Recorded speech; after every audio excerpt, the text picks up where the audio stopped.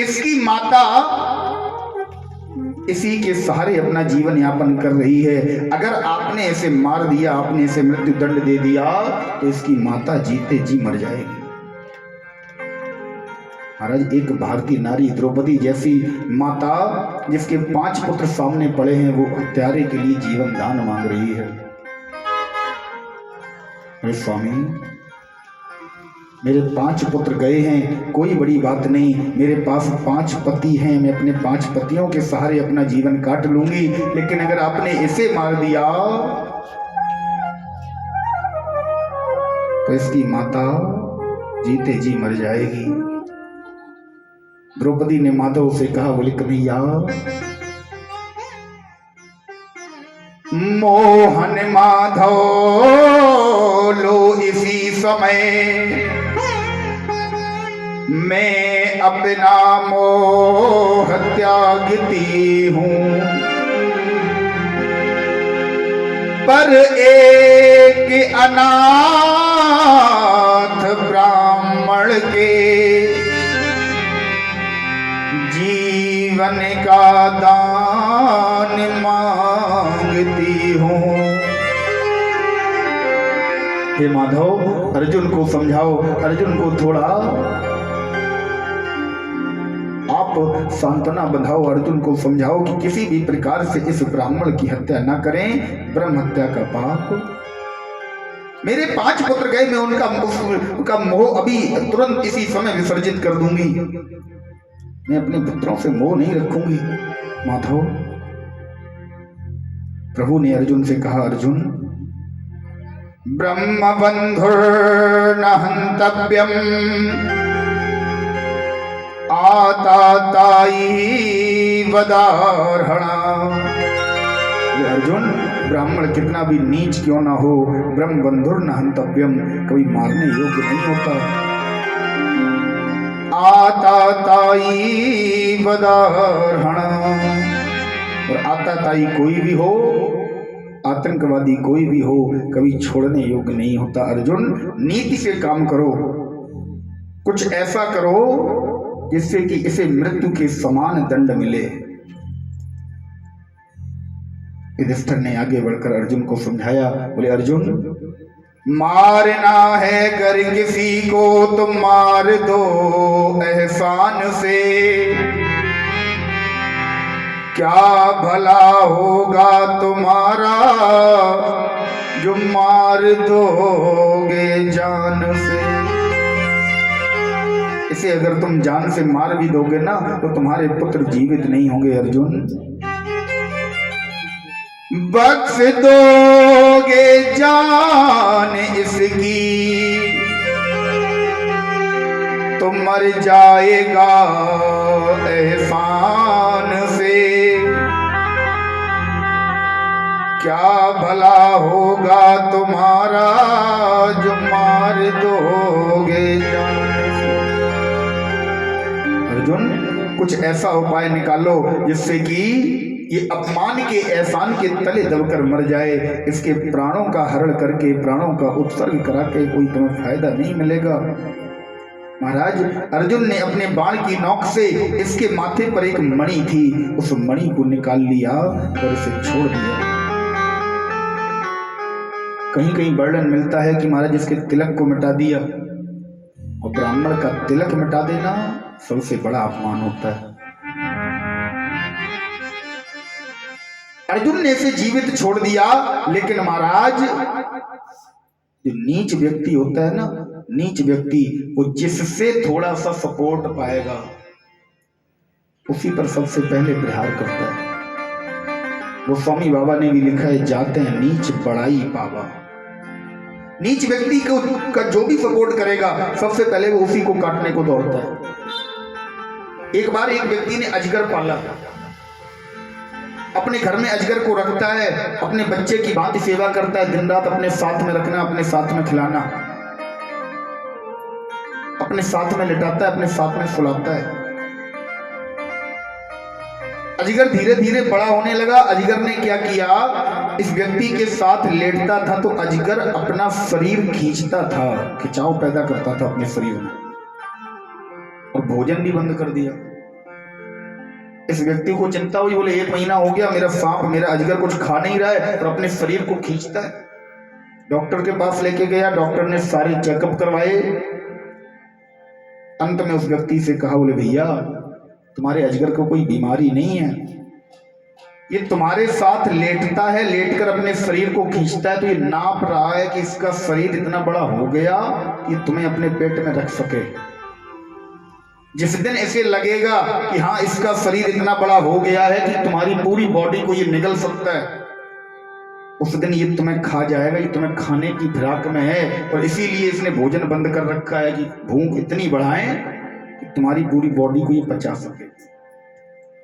इसलिए नीच व्यक्ति कभी भी, आप कितना भी उसे प्यार करें, कितना भी दुलार करें, कितना भी सम्मान दें, नीच व्यक्ति कभी भी आपके साथ भला नहीं कर सकता। वो जब भी करेगा सबसे पहले आपके ही साथ घात करेगा। अश्वत्थामा को अर्जुन ने प्राण दान दे दिया, जीवन दान दे दिया। महाराज अश्वत्थामा वहां से जैसे ही थोड़ा सा आगे बढ़ा, मौका मिला, जाते जाते भी इसने एक नीचता कर दी। तुरंत हाथ में उठाया ब्रह्मास्त्र और ब्रह्मास्त्र का प्रहार उत्तरा के गर्भ पर, जो अर्जुन की पुत्र वधु अर्थात अभिमन्यु की पत्नी है, अभिमन्यु की पत्नी के ऊपर इसने ब्रह्मास्त्र का प्रहार कर दिया। जैसे ही ब्रह्मास्त्र का प्रहार किया, गर्भ में एक बालक पल रहा है। तुरंत उत्तरा चीखने लगी, पाहि पाहि महायोगिन, पाहि पाहि जगतपते, पाई पाई रक्षा करो, हे रक्षा करो, हे कृष्ण, हे माधव, हे मुरली मनोहर कन्हैया। मामा मामा मामा मामा, कुछ नहीं समझ में आता है, अंदर ही अंदर बाल गर्भ मेरा ये जलता जाता है। जैसे ही उत्तरा ने आवाज लगाई, बोले हे कन्हैया मामा, हे माधव, मेरी रक्षा करो, मुझे लगता है पांडव कुल का अंतिम दीपक भी नष्ट होने वाला है। तुरंत भगवान ने एक अंगुष्ठ मात्र का स्वरूप बनाया और उत्तरा के गर्भ में प्रवेश करके उस बालक के चारों ओर एक परिधि की रचना कर दी। उस परिधि में उस बालक को सुरक्षित किया। ये बालक कौन है? बोले परिधि के अंदर जिसकी रक्षा की गई हो, परिधि रक्षिता यस्य सा परीक्षिता। ये बालक श्री परीक्षित जी महाराज हैं, जो उत्तरा के गर्भ में पल रहे हैं, अभिमन्यु के पुत्र हैं। भगवान ने आज परीक्षित जी महाराज की उत्तरा के गर्भ में रक्षा की। सारे पांडवों को समझाकर, ढाढ़स बंधाकर भगवान कुंती मैया से कहते हैं, बुआ अब मुझे आज्ञा दो, मैं जाना चाहता हूं। कुंती मैया ने कहा, माधव तुम जा रहे हो, जाते जाते मुझे कुछ देकर नहीं जाओगे? बुआ ने बोला, माधव कैसे मना करे। कन्हैया ने कहा, बुआ मांगो, क्या मांगना चाहती हो? कुंती मैया ने हाथ जोड़े, कुंती मैया ने हाथ जोड़े, बोले कन्हैया अगर तुम मुझे कुछ देना चाहते हो ना, विपदा सन्तु न शश्वत तत्र तत्र जगत गुरु। बोले हे कन्हैया अगर तुम मुझे कुछ देना चाहते हो तो हम जहां भी रहें, विपदा सन्तु न शश्वत, जिस हाल में रहें, केवल विपदा अर्थात मुझे केवल दुख चाहिए। कन्हैया ने कहा, बुआ तुम्हारा दिमाग सही है? बोले हाँ कन्हैया मेरा दिमाग सही है, इसीलिए मैं तुमसे बोल रही हूं। क्यों? क्योंकि जब मेरे पास दुख होगा तो मुझे तुमसे लगन लगी रहेगी, मैं तुम्हें याद करती रहूंगी। कन्हैया मुझे केवल एक ही वरदान दो, मेरे पास दुख रहे और मुझे ऐसी लगन लगाओ मुझे ऐसी लगने तू लगा दे, मुझे ऐसी लगने तू लगा दे।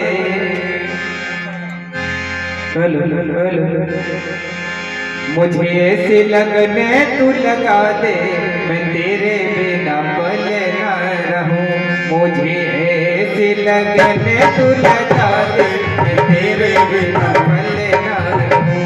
मुझे ऐसी लगने तू लगा दे, मैं तेरे बिना पल ना रहूं। मैं तेरे बिना पल न रहूं, मैं तेरे बिना पल न रहूं, मैं तेरे बिना पल न रहूं, मैं तेरे बिना पल न रहूं। मुझे ऐसी लगने तू लगा दे, मैं तेरे बिना पल न रहूं। मुझे ऐसी लगने तू लगा दे, मैं तेरे बिना पल न रहूं। इस भजन को विशेष मेरी पूज्य दीदी जी जो कि लक्ष्मी दीदी ने कहा था, भैया ये गाना जरूर गाना। एक बार लक्ष्मी दीदी ने जोर डाल तालियां।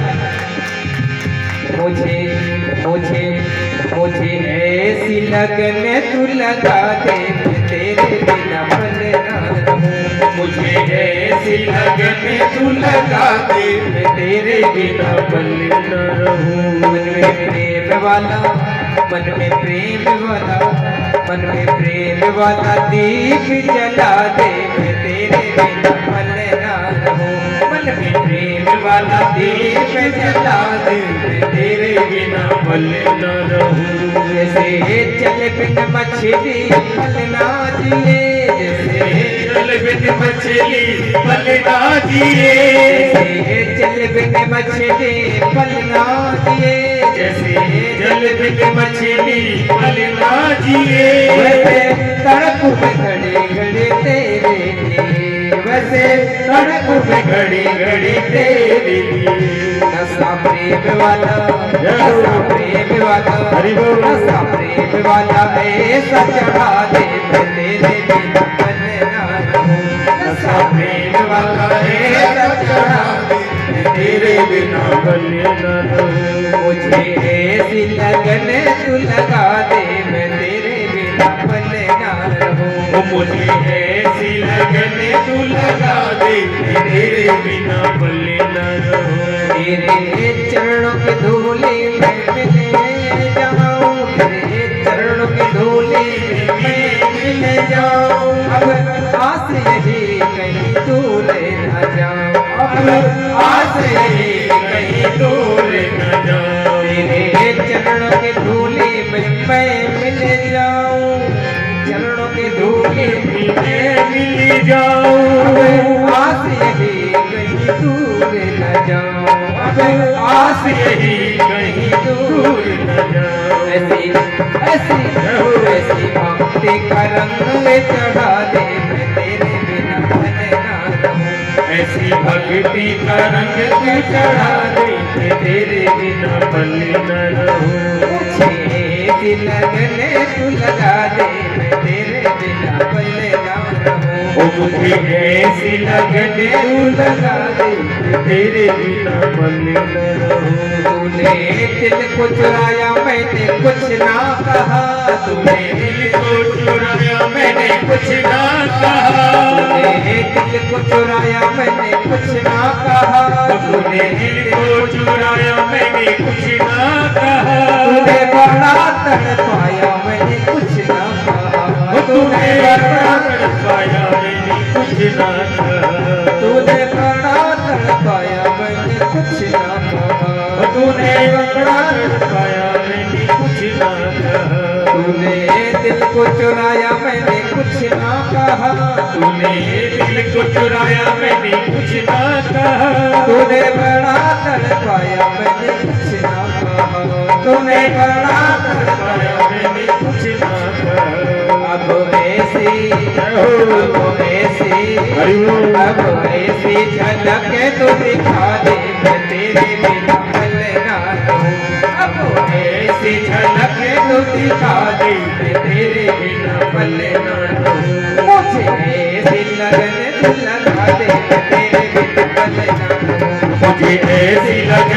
लगा दे कि तेरे बिना पल न रहूं। मुझे ऐसी लगन तू लगा दे मैं तेरे बिना पल न रहूं। मुझे ऐसी लगन तू लगा दे कि तेरे बिना पल न रहूं। तेरे बिना पल न रहूं। तेरे बिना पल न रहूं। तेरे बिना पल न रहूं। बोले वृंदावन बिहारी लाल की जय जय। कुंती मैया हाथ जोड़कर केवल माधव से एक ही बात कहती है, बोले माधव विविधा संतु न सस्व तत्र तत्र जगत गुरु। हे माधव मैं जिस हाल में रहूं जहां रहूं केवल तुमसे मेरी लगन लगी रहे, तुम्हें मैं याद करती रहूं। ये होगा कब? तभी होगा जब तुम मुझे हर हालत में दुख दोगे। अगर मेरे पास सुख आ जाएगा तो महाराज हे कन्हैया मैं उस सुख में इतना खो जाऊंगी, उस सुख में इतना संलग्न हो जाऊंगी कि मैं तुम्हें याद नहीं करूंगी। क्यों? बोले दुख में सुमिरन सब करें, सुख में करे न कोई। जब दुख आता है, यही संसार का नियम है। जरा सा दुख आया, जरा सा कष्ट आया, तुरंत हाथ जोड़कर पहुंच गए माधव के पास। बोले कन्हैया ये तूने क्या किया, इतना दुख मुझे दे दिया। और जब सुख है तो एक बार भी हम उसका धन्यवाद नहीं करते कि मेरे मालिक, एक बार भी हम हृदय से धन्यवाद नहीं करते। अच्छा काम हो गया तो हमने किया, और जरा सा काम बिगड़ गया, हे भगवान तुमने ये क्या कर दिया। जरा सा काम अगर बिगड़ गया तो हे भगवान तुमने कर दिया, और महाराज अच्छा काम बन रहा है, काम बनते चले जा रहे तो हम कर रहे हैं। जरा सा दुख आया तभी केवल हमें परमात्मा याद आता है, सुख के दिनों में कोई याद नहीं करता। इसलिए कुंती मैया कहती हैं प्रभु हम केवल दुख चाहते हैं, क्योंकि दुख होगा तो हम निरंतर तुम्हें याद करते रहेंगे और तुम निरंतर मेरे पास बने रहोगे। इसलिए कन्हैया अगर तुम मुझसे दूर नहीं जाना चाहते तो मुझे केवल दुख दे दो बस। आज मैया ने इतना सुंदर वरदान मांगा। कन्हैया कहता है धन है कुंती बुआ, ऐसा वरदान आज तक किसी ने नहीं मांगा। वरदान मांगने के लिए भाव होना चाहिए, विवेक होना चाहिए। वरदान मांगने के लिए भी समझ होनी चाहिए कि हम माधव से मांगे क्या, कन्हैया से मांगे क्या। देने को तो ये तैयार बैठा है, आप ये आपके साथ सब कुछ करने को तैयार है, ये आपके साथ नाचने को तैयार है, आपका भाव नचाने का हो। ये आपके जिस समय महाराज युधिष्ठिर जी ने यज्ञ करवाया ना, राजसूय यज्ञ, कन्हैया ने सारे लोगों को कार्य बांट दिया, सबको सब कुछ कार्य बांट दिया। एक कार्य रह गया, ये कार्य कौन करेगा? कौन सा कार्य था? पत्तले उठाना, पग धोना। माधव ने अंगीकार किया। यज्ञ में जितने भी लोग आएंगे, जितने भी लोग भोजन करके जाएंगे, सबकी पत्तलें उठाने का कार्य हमारे माधव ने लिया। जितने भी अतिथि आएंगे सबके चरण धोने का कार्य हमारे माधव ने लिया। आपका अगर भाव है तो ये सब कुछ करने को तैयार है, बस केवल भाव से, केवल अपने अंदर का भाव। कुंती मैया का भाव है, कुंती मैया के पास विवेक है कि मुझे वरदान में मांगना क्या है। वही विवेक आएगा कब? बोले बिन सत्संग विवेक ना होई। जब हम सत्संगों में जाएंगे, जब हम भगवान की कथाओं में बैठेंगे, सत्संग में जाएंगे, तब वो विवेक आएगा। आज मैया को वरदान देकर माधव अपने धाम के लिए चले जाते हैं सारे पांडव। उचित समय के आने पर परीक्षित जी महाराज का जन्म हुआ। केवल 12 वर्ष की अवस्था में सबसे कम उम्र में राजा बनने वाला अगर कोई व्यक्ति है तो वो है परीक्षित जी महाराज। 12 वर्ष की अवस्था में परीक्षित जी महाराज को राजा बना दिया और सारे पांडव एक एक करके स्वर्गारोहण के लिए चले गए। परीक्षित जी महाराज सुंदर सुचारू रूप से अपना राज्य चलाते हैं। एक बार क्या हुआ, परीक्षित जी महाराज शिकार खेलने के लिए अपने घर से कहीं जा रहे थे। महलों से निकलकर आगे नगर की तरफ, जंगलों की तरफ बढ़ते चले जा रहे हैं। सिर पर एक मुकुट है। ये मुकुट जरासंध का वध करके, तुम क्षेपक कथा आती है, बहुत बड़ी कथा है। जरासंध का वध करके भीम जी लेकर आए थे, जो बहुत बड़े एक गुप्त रूप से गुप्त खजाने में रखा हुआ था। उसी मुकुट को परीक्षित जी महाराज अपने सिर पर धारण करके जंगल की तरफ आखेट खेलने के लिए जा रहे हैं। रास्ते में एक दृश्य देखा। क्या दृश्य देखा?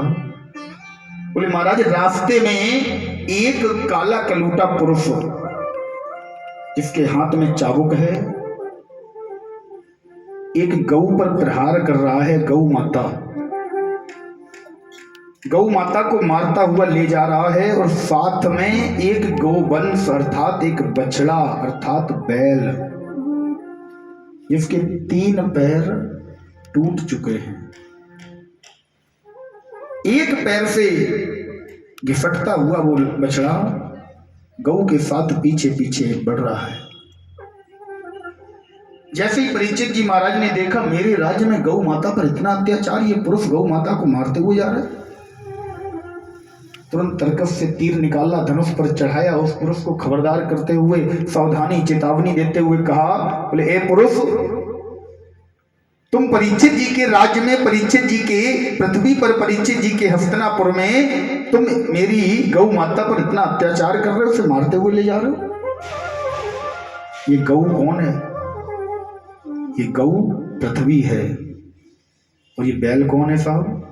ये बैल धर्म है, जिसके 3 पैर दया, ज्ञान और त्याग, ये 3 पैर जिसके टूट चुके हैं, चौथा पैर केवल दान का बचा हुआ है। कलयुग उसके 3 पैरों को तोड़ चुका है, जिसका नाम है दया, ज्ञान और त्याग। तीनों पैर टूट चुके हैं। केवल कलयुग में जो बैल है ये धर्म का स्वरूप है, धर्म के 3 पैर टूट चुके हैं। कलयुग में केवल धर्म दान के ऊपर टिका हुआ है।